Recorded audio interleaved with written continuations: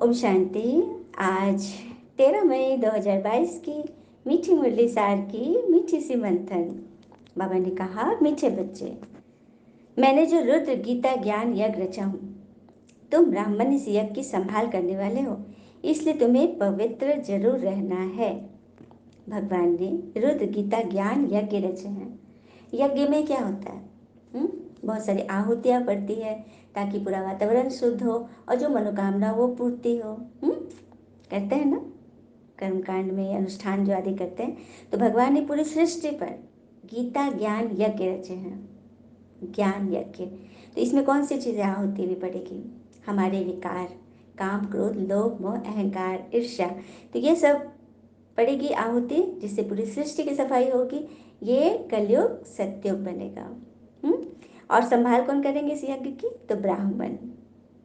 पंडित ही करते हैं ना, पूजा पाठ कौन कराते हैं? तो इस यज्ञ की संभाल शिव ने जो यज्ञ रचा है उसकी संभाल तुम ब्राह्मण करोगे, क्योंकि तुम जन्म से नहीं कर्म से ब्राह्मण हो। ब्रह्मा मुख वंशावली ब्राह्मण हो। इस ब्रह्मा के मुख से शिव का ज्ञान सुनकर, ये मुरली सुनकर तुमने अपने जीवन में अडॉप्ट किया और ब्राह्मण बने। तो तुम्हें संभाल कर दिए, तो तुम्हें पवित्र जरूर रहना होगा। अब पवित्रता के लिए सबसे पहले आधार क्या है? फाउंडेशन पर चलते हैं। तो अपने आप को देखो कि मेरे अंदर कैसी भावनाएं चल रही है। सबके लिए पवित्र भावना है, सबके लिए शुभ भावना है। इस मुख, ये मुख जो ये गीता ज्ञान सुना रहा है, ये मुरली सुना रहा है, ये मंथन कर रहा है, क्या हम उसको धन्यवाद दे रहे हैं? ये आंखें जो ये ज्ञान मुरली पढ़ रही है उसको धन्यवाद दे रहे हैं? ये कान जो बोल भी रहे हैं और सुन भी रहे हैं, इसको धन्यवाद। जहाँ बैठे हैं जिस कुर्सी पर उसको धन्यवाद, जिस रूम में बैठे हैं उसको धन्यवाद, फ़ोन को धन्यवाद, कॉपी को धन्यवाद। जो जो चीज़ें मेरी मदद कर रही है, जो मुझे आगे बढ़ाने में मेरी मदद कर रही है, और ये परिवार के लोग, ये सभी, सबका हर समय हर सेकंड शुक्रिया शुक्रिया शुक्रिया। तो अंदर से हमारी क्या फ्लो करेगा? पवित्रता, क्योंकि हमारे अंदर कोई नेगेटिव भावना है ही नहीं, हर एक के प्रति ग्रेटिट्यूड। और जब हम अपने शुक्रिया करेंगे, खुद का करेंगे, तो खुदा का अपने आप हो जाएगा, क्योंकि खुदा के द्वारा ही तो, उन्हीं की तो हम रचना है। तो ऐसे पवित्र भावना में रहेंगे तो मन और संस्कारों पर पहले वर्क करना है। जब ये दोनों चीज़, मन बुद्धि हमारी पवित्र हो गई, तो फिर सारी चीज़ें इजी हो जाएंगी। हमें फंसना नहीं पड़ेगा किसी चीज़ में, हम दुखी नहीं होंगे, घबराएंगे नहीं। चलिए सुनते हैं एक बार एक व्यक्ति, बूढ़ा व्यक्ति था, उसकी कोई देखभाल करने वाला नहीं था, वो खुद ही कमाता था और मेहनत करता था। लकड़ी का गट्ठर होता, लकड़हारा था, लकड़ी का गट्ठर होता था। जंगल में एक दिन भारी हो गया, एकदम परेशान हो गया, दुखी हो गया। तो कहते हैं ना, जब बहुत दुखी हो जाता है तो लोग भगवान को बुलाते हैं कि हे भगवान अब उठा लो। उससे से वो भी बोल रहा था कि अब जीवन नहीं चला जा रहा है, अब मुझे उठा लो। एकदम हताश निराश होकर बैठ गया। तभी कहते ना कि 24 घंटा में एक बार हमारी जुबान से जो निकलता है वो पूरा होता है। तो उसकी पूरी हो गई, यमदूत आके खड़े हो गए ले जाने के लिए।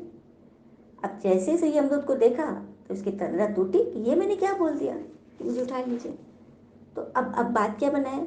तो बोलता है कि सो यमदूत को कि आप आए ना, मैं ये लकड़ी उठाते उठाते थक गया था ना, तो इसीलिए मैं इतना हताश हो गया और आपको बुला लिया।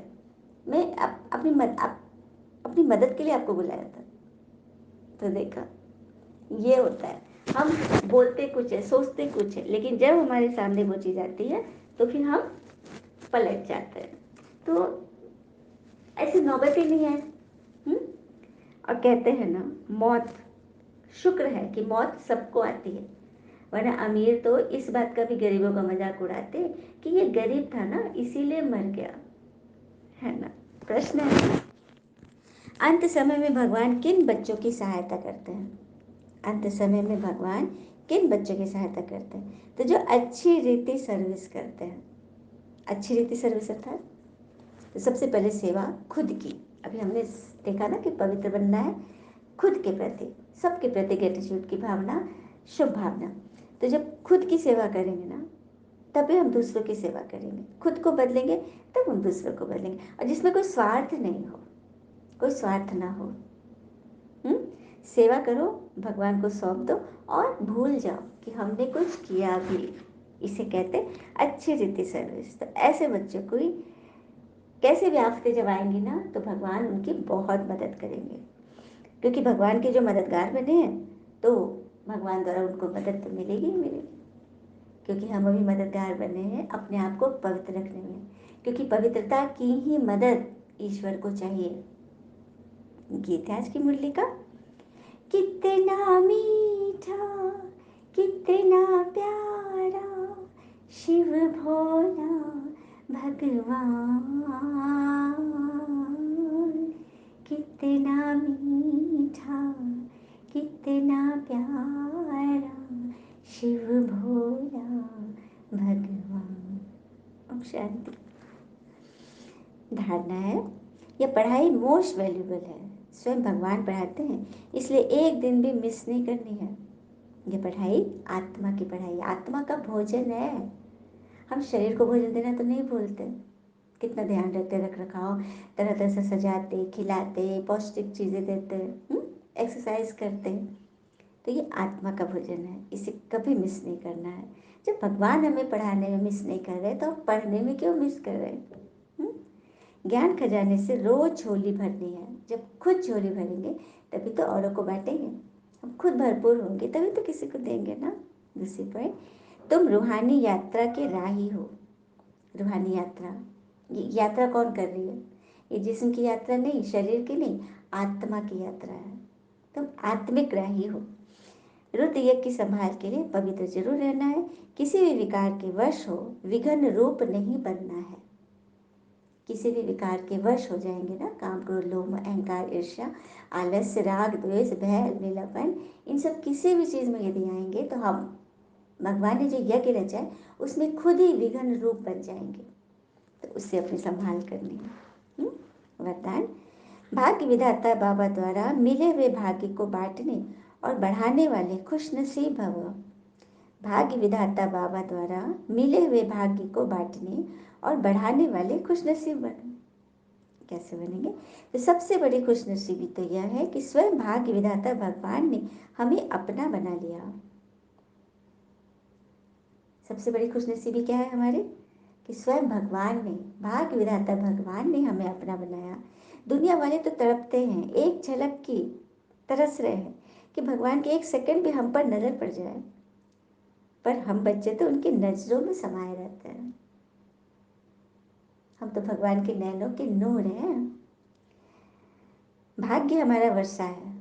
भगवान से मिला जो भाग्य है वही हमारी वसीयत है, जो ईश्वर द्वारा हमें रोज रोज मिल रही है, जो सारे कल्प में नहीं मिलता वो अब भी मिल रहा है। तो ऐसे भाग्य को बढ़ाते चलो। बढ़ाने का साधन है बांटना। कहते हैं ना, ज्ञान धन बांटने से बढ़ता है। और भी चीज़ें, विनाशी चीज़ें बांटेंगे तो वो घटेगा। धन है, कपड़े है, वस्तु है, भोजन है, लेकिन ज्ञान बांटोगे, सुख शांति बांटोगे तो वो बढ़ेगा। तो बढ़ाते चलो। जितना औरों को बांटेंगे अर्थात भाग्यवान बनाएंगे, उतना आपका भाग्य बढ़ता जाएगा। तो सबको अपना भाग्य बढ़ाना है ना, दिन दुनी रात चौगुनी। स्लोगन, निर्विघ्न व एक रस स्थिति का अनुभव करना है तो एकाग्रता का अभ्यास बढ़ाओ। निर्विघ्न व एक रस स्थिति का अनुभव करना है तो एकाग्रता का अभ्यास बढ़ाओ। देखिए, हम सबको एकाग्रता करनी सबको पता है। सबको जिस चीज़ में मन लगता है ना, किसी को भोजन में, किसी को बिजनेस में, किसी को कपड़े में, किसी को किसी की निंदा ग्लानि करने में बड़ा एकाग्रता रहता है, होता है ना। चलिए एक कथा सुनते हैं। एक बार एक व्यापारी था, छोटे से व्यापार से शुरू किया। उसका सिल्क का व्यापार था, स्पाइसेस का और इत्र का। तो वो इतना अपने काम में मगन हो गया, एकाग्र हो गया कि उसके हमेशा वही चीज़ ध्यान आता था। हमेशा कहीं भी किसी से मिलता तो बस किस तरह से इन चीज़ों को मैं बढ़ाऊँ, अपना बिजनेस बढ़ाऊँ, हमेशा यही ख्याल, दिन रात उसको यही, स्वप्न में भी यही आता था। एक उसको पता चला कि उसके नगर में एक सूफी संत आए हैं जो हर एक के प्रश्न का उत्तर दे देते हैं। तो ये भी गया कि मैं कैसे अपना बिजनेस बढ़ाऊँ। तो वो वहाँ गया, तो पूछा उनसे, तो उनकी बात सुनी, फिर बोले कि अच्छा तो तुम्हें ये चाहिए, एक ऐसी जगह है जहाँ जाकर तुम कुछ करोगे तो तुम्हें इसकी प्राप्ति होगी। तो बड़ा खुश, हाँ मैं ज़रूर करूँगा। तो बोले हिमालय के कंदराओं में तुम्हें जाना पड़ेगा और वहाँ 3 दिन 3 रात तुमको बस आँख बंद करके बिना खाए पिए ध्यान में रहना है, ठीक है। तो 3 दिन 3 रात जब पूरा होगा तुम्हारा ध्यान, तो तुम्हें कुछ चमकीले चीज़ दिखाई देंगे और वही तुम्हारा भाग्य बनाएगा। बड़ा खुश कि सच में दिखाई देंगे, हाँ भाग्य का दरवाज़ा तुम्हारा खुल जाएगा। तो एकदम चला गया, नक्शा वक्शा मिल गया, इसको लेके गया क्योंकि इसको तो एकदम सनक थी कि मुझे कमाना है ये चीज़, सिल्क स्पाइसेस और परफ्यूम दिमाग में घूम रहा है। तो बैठा, ध्यान करने बैठा, जिस तरह से बोला था संत ने उसको, एकदम बैठा। और पहला दिन बीता, दूसरा दिन बीता, ध्यान में तो बस वही चल रहा था, स्पाइसेस, परफ्यूम और रेशम। तीसरा दिन भी बीत गया, आँख खोल खोल के देखा कि दरवाज़ा खुला, दरवाज़ा खुला। 3 दिन 3 रात बीत गए, दरवाज़ा नहीं खुला। तो एकदम गुस्सा हुआ कि मैं इतना मतलब यहाँ पे कष्ट किया, इतना साधना किया, लेकिन मुझे दरवाज़ा ही नहीं खुला भाग्य का, कुछ भी मुझे नहीं दिख रहा है। तो वो लौट के गया और संत को पूरा बुरा भला बोलने लगा कि आपने मुझे ठग दिया, आप मुझे ऐसे किया, कुछ नहीं मिला। तो संत ने बोला कि अरे जहाँ का ये नक्शा मैंने दिया था, तुम नदी के तट पर बैठे थे ना? तो हाँ। तो तुमने चारों ओर नहीं देखा, आपने तुम्हें कुछ चमक नहीं दिखाई दी? तो नहीं, मुझे तो कुछ नहीं दिखाई था, मुझे तो बस सुगंध मसाले की और रेशम और यही इत्र ही दिख रहे थे। तो तुमने आसपास नहीं देखा आपने? तो नहीं, मैंने तो कुछ नहीं देखा, मुझे तो कुछ भी नहीं दिखा। तो बोले अरे उस नदी की रेत में हीरे ही हीरे थे, बालू की जगह वहाँ हीरे पड़े थे, क्या तुम्हें उसकी चमक नहीं दिखाई दी? तो नहीं, मैं तो उधर सोचा ही नहीं, तो मुझे तो लगा कि मुझे मसाले मिलेंगे, मुझे रेशम मिलेगा, खुशबू आएगी इत्र की, मैं उसी खुशबू को लेने में मैं मगन था, मुझे वो हीरे तो दिखाई नहीं दिए। तब संत बोलता है कि देखो, देखा, यही होता है, तुम्हारा ध्यान कहीं और था, तुम किसी और चीज़ में एकाग्र थे, तो तुम्हें वहाँ जो मिलने वाला था तुम उससे चूक गए। तो क्या हमारे जीवन में ऐसा नहीं होता है? हाँ, हम लौकिक चीज़ों पे, सांसारिक चीज़ों पे इतना ज़्यादा उलझ के रह गए कि ईश्वर के द्वारा मिले जो हमें वरदान मिल रहे हैं, भाग्य मिल रहा है, उसको समेटने में, बटोरने में हम पीछे हो गए, है ना। जबकि ईश्वर से प्राप्त भाग्य से अपने आप को सजा ले तो सब कुछ हमारे रीच में हो जाएगा। तो यही तो है, एक रस स्थिति का अनुभव करना है तो एकाग्रता का अभ्यास बढ़ाओ। जैसे उसने एकाग्रता की सांसारिक चीज़ों में, जब वो उससे हटकर कुछ और देखना चाहता तभी तो उसको कुछ दिखता। तो बस हम ईश्वरीय ज्ञान में चले और उसमें अपना मन लगाए, एकाग्र हो जाए, तो सारी चीज़ हमारे हक में हो जाएगी और सफलता हमारे गले का हार बन जाएगा। अच्छा, ओम शांति। शुक्र मीठे बाबा, वो बाबा के प्यारे प्यारे बच्चे।